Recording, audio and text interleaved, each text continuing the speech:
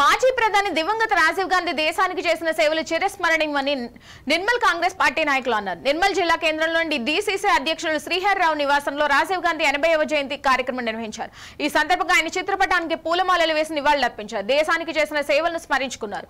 దేశంలో సాంకేతిక విప్లవానికి నాంది పలికింది రాజీవ్ గాంధీనేనని అన్నారు. 18 ఏండ్లకి యువకులను ఓటు హక్కును కల్పించారంటే దేశ యువతికి రాజీవ్ గాంధీ స్ఫూర్తి అని కొనియాడారు. నిర్మల్ జిల్లా డీసీసీ అధ్యక్షులను కూచాడి శ్రీహర్రావు గారి ఆదేశాల మేరకు డీసీసీ క్యాంప్ కార్యాలయంలో రాజీవ్ గాంధీ జయంతిని ఘనంగా నిర్వహించారు.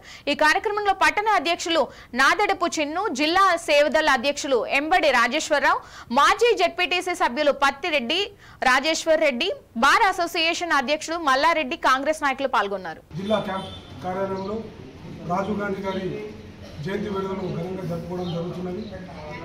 రాజీవ్ గాంధీ గారు దేశానికి కానీ కాంగ్రెస్ ప్రభుత్వానికి కానీ ఎనలేని సేవలు చేయడం జరిగింది.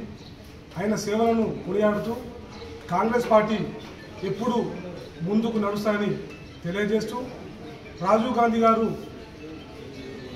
యువకులు ఉంటేనే దేశం బాగుపడతాయనే ఉద్దేశంతో యువకులకు మొట్టమొదటిసారిగా 18 సంవత్సరాలకే ఓటకు అవకాశం కల్పించిన వ్యక్తి, మహోన్నత వ్యక్తి రాజీవ్ గాంధీ గారు. రాజీవ్ గాంధీ సేవలు చెప్పాలంటే ఎంత చెప్పినా తప్పనే. ఈరోజు పల్లెలే పట్టుకొమ్మల లెక్క, పల్లెలు బాగుంటేనే దేశం బాగుంటుందనే ఉద్దేశంతో ఆ రోజే ముందు చూపుతో పంచాయతీరాజ్ చట్టాన్ని తీసుకొచ్చి దేశాన్ని సస్యశ్యామలంగా తీర్చిదిద్దడం జరిగింది.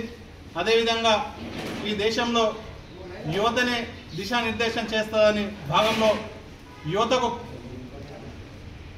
దృష్టిలో పెట్టుకొని ఆ రోజే 18 సంవత్సరాలకే ఓటు హక్కు వినియోగించడం చేసిన ఓటు యొక్క చట్టం తీసుకొచ్చి యువతకు 18 సంవత్సరాలకే ఓటు హక్కుని చేసినటువంటి గొప్ప నాయకుడు రాజీవ్ గాంధీ గారు.